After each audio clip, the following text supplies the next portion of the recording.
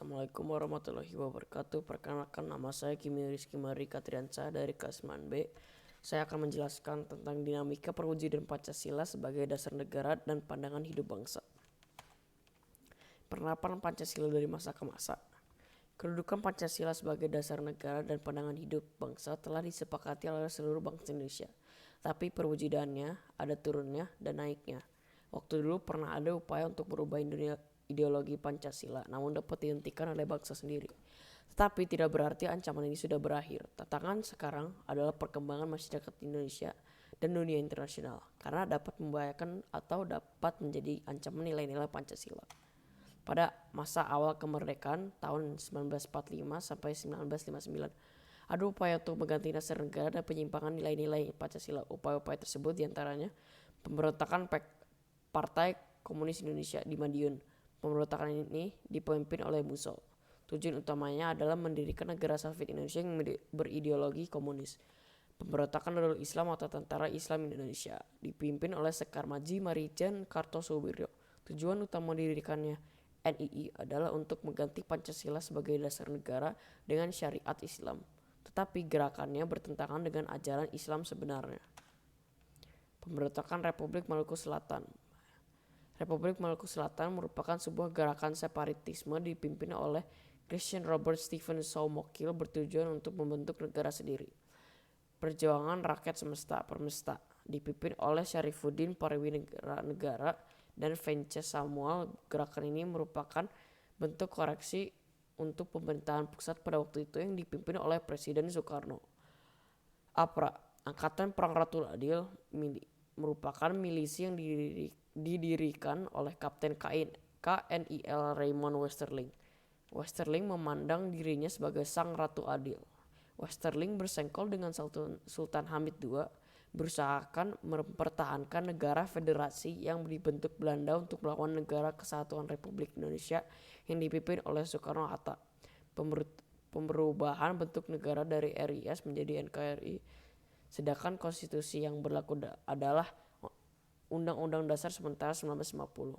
Dalam perjalanannya berhasil melaksanakan pemilu pertama di Indonesia pada tahun 1955 yang selama itu dianggap paling demokratis. Tetapi anggota konstituante hasil pemilu tidak dapat menyusun Undang-Undang Dasar seperti yang diharapkan. Hal ini menimbulkan krisis politik, ekonomi, dan keamanan. Masa Orde Lama tahun 1958 sampai 1966. Periode ini dikenal sebagai periode demokrasi terpimpin. Demokrasi terpimpin merupakan sistem demokrasi yang seluruh keputusan dan pemikiran adalah dalam pemerintah negara, berpusat pada pemimpin negara. Pemimpin negara saat itu adalah Presiden Soekarno. Demokrasi terpimpin dicetuskan oleh Presiden Soekarno karena banyaknya gerakan separatis yang menyebabkan ketidakstabilan negara. Tersendatnya pembangunan ekonomi karena sering terjadi pergantian kabinet sehingga program pembangunan yang dirancang oleh kabinet tidak berjalan secara utuh. Serta badan konstituante yang gagal menjalankan tugasnya untuk menyusun UUD. Beberapa penyimpangan terhadap Pancasila dan UUD NRI tahun 1945 diantaranya sebagai berikut. Presiden Soekarno ditetapkan sebagai presiden seumur hidup. Presiden mengeluarkan penetapan Presiden nomor 3 1960 yang membubarkan DPR hasil pemilu 1955. Presiden membentuk MPRS yang anggota-anggotanya terdiri atas anggota DPR GR, utusan daerah, dan utusan golongan yang semuanya diangkat serta diberhentikan oleh Presiden. Masa Orde Baru. Pada masa ini juga lembaga kepresidenan merupakan pengontrol utama lembaga, baik yang bersifat substruktur DPR, MPR, DPA, PPK, dan MA, maupun yang bersifat infrastruktur LSM, partai politik, dan sebagainya. Pada masa ini pula, kebebasan berpolitik dibatasi dengan jumlah partai politik yang terbatas pada 3 partai saja, yaitu Partai Persatuan Pembangunan (PPP), Golongan Karya (Golkar), dan Partai Demokrasi Indonesia (PDI). Munculnya beberapa peristiwa pelanggaran hak asasi manusia seperti kasus Tanjung Priok, kasus Marsina, kasus Martawan Udin dari Harian Bernas Jakarta, dan lain-lain. Ideologi. Arti ideologi dari pakar Franz Magnus Suseno menyatakan definisi ideologi dalam arti luas dan arti sempit. Dalam arti luas, ideologi sebagai segala kelompok cita-cita, nilai-nilai dasar dan keyakinan-keyakinan yang dijunjung tinggi sebagai pedoman normatif. Arti sempit ideologi adalah gagasan atau teori menyeluruh tentang makna hidup dan nilai-nilai yang mau menentukan dengan mutlak bagaimana manusia harus hidup dan bertindak. Keterbukaan Pancasila mengandung pengertian bahwa Pancasila senantiasa mampu berinteraksi secara dinamis. Ideologi Pancasila bersifat aktual, dinamis, antisipatif, serta senantiasa mampu menyesuaikan diri dengan perkembangan zaman, ilmu pengetahuan, teknologi, serta dinamika perkembangan aspirasi masyarakat. Ideologi terbuka, 1. Nilai dan cita-cita sudah hidup dalam masyarakat, hasil musyawarah dan konsensus rakyatnya, milik seluruh rakyat sekaligus menjiwai ke dalam kepribadian masyarakat. Isinya tidak operasional kecuali diwujudkan dalam konstitusi, dinamis dan reformis, mengikuti perkembangan zaman, dan yang ideologi tertutup, bukan dari cita-cita yang hidup di masyarakat, nilai dan cita-cita sekelompok orang yang mendasari nilai dan tujuan kelompoknya, loyalitas ideologi kaku dan hanya hegemoni beberapa kelompok, ketaatan mutlak kadang menggunakan kekuatan dan kekuasaan, statis dan rigid, tidak mengikuti perkembangan zaman. Kedudukan Pancasila sebagai ideologi terbuka. Pancasila berakar pada pandangan hidup bangsa dan falsafah bangsa sehingga memenuhi prasyarat menjadi ideologi yang terbuka.